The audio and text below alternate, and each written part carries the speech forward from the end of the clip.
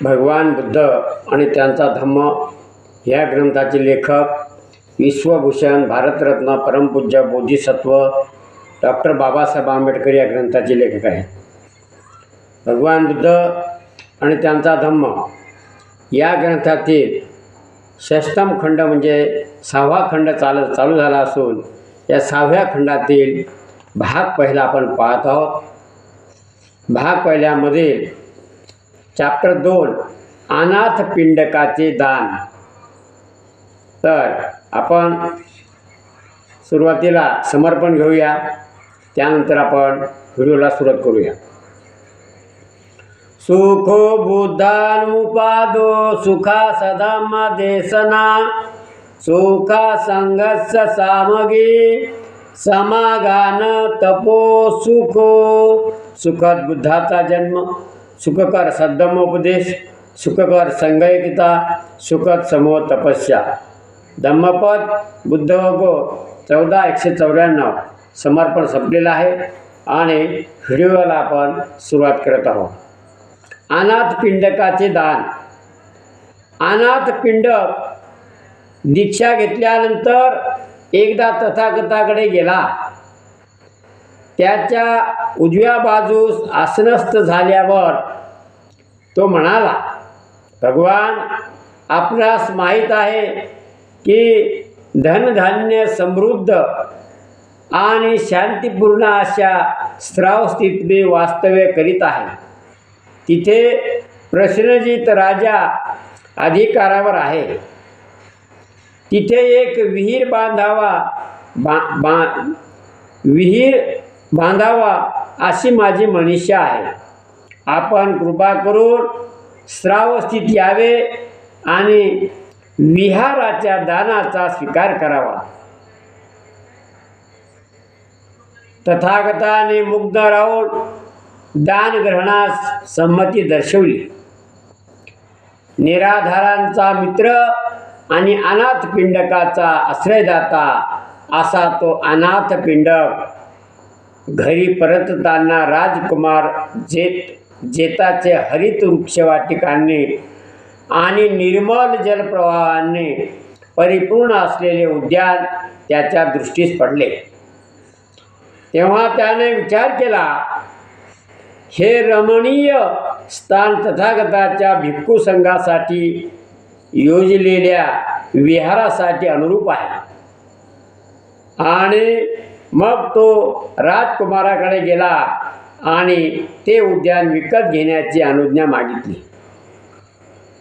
राजकुमार ते उद्यान विकण्यास तयार नव्हता, कारण त्याचे त्याला फार मोल वाटे. प्रथमतः त्याने नकार दर्शविला, पण अखेरीस तो म्हणाला, या सर्व भूमीवर जर तू सुवर्णमुद्रा पसरशील तरच फक्त तुला ते मिळेल. अनाथ पिंडक आनंदित झाला आणि सुवर्णमुद्रा पसरण्यास त्याने सुरुवात केली. पण जेत म्हणाला, तू तसदी घेऊ नकोस, मला जमीन विकायची नाही. पण अनाथ पिंडकाने आग्रह धरला.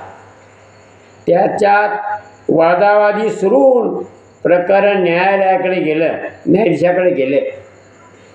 मध्यंतरी लोकात ह्या असामान्य न्याय प्रकरणाची चर्चा सुरू झाली आणि राजकुमाराच्या कानी पडणाऱ्या गोष्टीत अनाथ पिंडकाच्या श्रीमंतीची तसेच प्रामाणिकपणाची आणि निष्ठेची हकीकत आली. म्हणून त्याने त्याच्या योजनेची चौकशी केली. तथागताचे नाव ऐकताच विहाराच्या संस्थापनेत भाग घेण्यास तो उत्सुक झाला आणि फक्त अर्ध्या सुवर्णमुद्रा स्वीकारून तो म्हणाला, जमीन तुझी आहे पण वृक्षे माझे आहेत. तथागताच्या दानात माझा हिस्सा म्हणून ते वृक्ष मी अर्पण करीत आहे. विहाराचा पाया तयार झाल्यावर तथागताच्या आदेशानुसार प्रमाणबद्ध असा भव्य विहार बांधण्याचे त्याने प्रारंभ केला. अनुरूप अशा शिल्पकाराने त्याला शोभिवंत करण्यात आले. ह्या विहाराला जेतवन असे नाव दिले गेले आणि अनाथ पिंडकाने तथागतांना श्रावस्ती त्याचे दान स्वीकारण्यास प्राचारण केले, म्हणजे बोलावले. तथागत कपिलवस्तू होऊन श्रावस्ती त्यासाठी आले.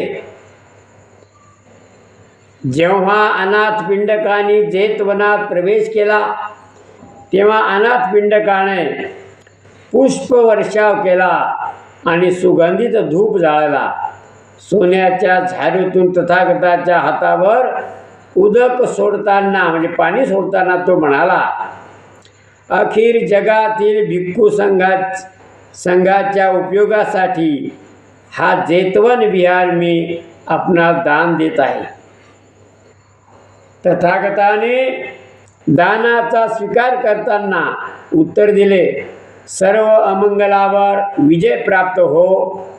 या दानाने दात्याचे आणि अखिल मानवजातीचे कल्याण हो, अशी सर्वत्र न्यायाचे वास्तव्य वर्धित हो. अनाथ पिंडक हा तथागताच्या 80 प्रमुख शिष्यापैकी एक होता. त्याला प्रमुख धर्मदाता अशी पदवी होती. कोणाला? अनाथ पिंडकाला.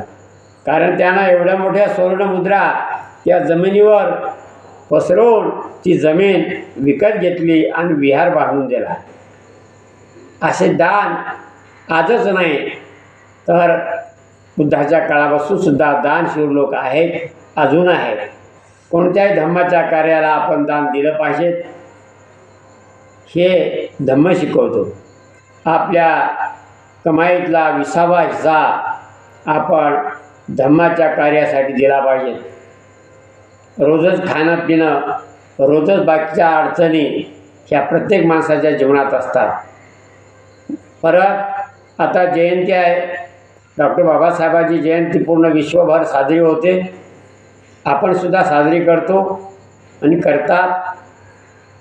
सर्वांना नम्रतेचे हात जोडून विनंती आहे, बंधूंनो, तथागताच्या डॉक्टर बाबासाहेब आंबेडकरांच्या कार्याला त्यांच्या उपकाराची फेड आपण करू शकत नाही, परंतु त्यांची जयंतीचा उत्सव हा तन धनाने आणि आनंदाने केला पाहिजे. आणि जे कोणी समाजकार्य करणारी मंडळी असतात त्यांनी सुद्धा आपल्या आचरणामध्ये धम्म पाळला पाहिजे. धम्मामध्ये कशा प्रकारचे नियम आहेत त्याची आठवण ठेवली पाहिजे आणि जयंती थाटामाटात केली पाहिजे. मित्रांनो, बरेच लोक सांगतात बाबासाहेबाला डोक्यात घ्या, डोसक्यात घेऊन नाचू नका. उत्सव आनंद व्यक्त करायचा असेल सर्वच गोष्टी कराव्या लागतील तुम्हाला. जाहिरात या जमान्यामध्ये जाहीर करणं गरजेचं आहे. चांगल्या गोष्टी बऱ्याच दडपलेल्या जातात आणि खोट्या गोष्टीवर येतात आणि त्याचाच उदो होतो आणि तोच लोकांच्या रात्रंदिवस आपण मीडियाच्याद्वारे ऐकतो आणि त्यालाच खरं मानतो. परंतु जे तथागत भगवान बुद्धासारखे, डॉक्टर बाबासाहेबासारखे, छत्रपती शिवाजी महाराजासारखे, क्रांतिज्योतिबा महात्मा ज्योतिबा फुले यांचे विचार ही काळाची गरज आहे. प्रत्येक माणूस बदललेला आहे, परंतु जो मनुष्य हे तत्त्वज्ञान या तत्त्वज्ञानाच्या दूर जाईल तो विकासापासून दूर गेला समजून घ्यायचं. श्रीमंत असो गरीब असो. म्हणून सर्वांना हात जोडून नम्र विनंती, बंधूंनो, भगवान बुद्धांनी त्यांचं तत्त्वज्ञान हे या व्हिडिओमध्ये मी टाकत असतो. आपण सर्वांना ऐकता पाहता सर्वांचा मी आभार मानतो. आभार यासाठी मानतो की आपल्याला हे कार्य करायचं आहे की आपण सर्वांना तो ऐकावं, दुसऱ्याला सांगावं. बुद्धानं सांगण्यानं दरेकाने दरेकाला दीक्षा दिली पाहिजे. बाबासाहेबांनी सांगले होते म्हणजे तुकाराम महाराजांच्या भाषेत सांगायचं म्हणजे जे जे आपणाशी ठावे ते इतराशी सांगावे. चांगल्या गोष्टी सांगल्याच पाहिजे. त्याच्यामध्ये छोटासा हिस्सा उचलण्याचा प्रयत्न करतो. आपण सर्वांनी साथ असू द्यावी आणि या व्हिडिओला लाईक सबस्क्राईब शेअर करावं ही नम्र विनंती. गंभीर खंडारे यूट्यूब चॅनलला लाईक सबस्क्राईब आणि शेअर करावं. कॉमेंटसुद्धा कराव्यात. काही चुकलं विकलं असलं तर आपल्याला मला सांगायला काय हरकत नाही. तर बंधूंनो, आजचा व्हिडिओ आपण इथे थांबू. उद्या परत भेटूया दुसऱ्या व्हिडिओमध्ये. तोपर्यंत जय भीम. सर्वांचं मंगल हो, सर्वांचं मंगल हो. जय भीम, जय भारत, जय संविधान.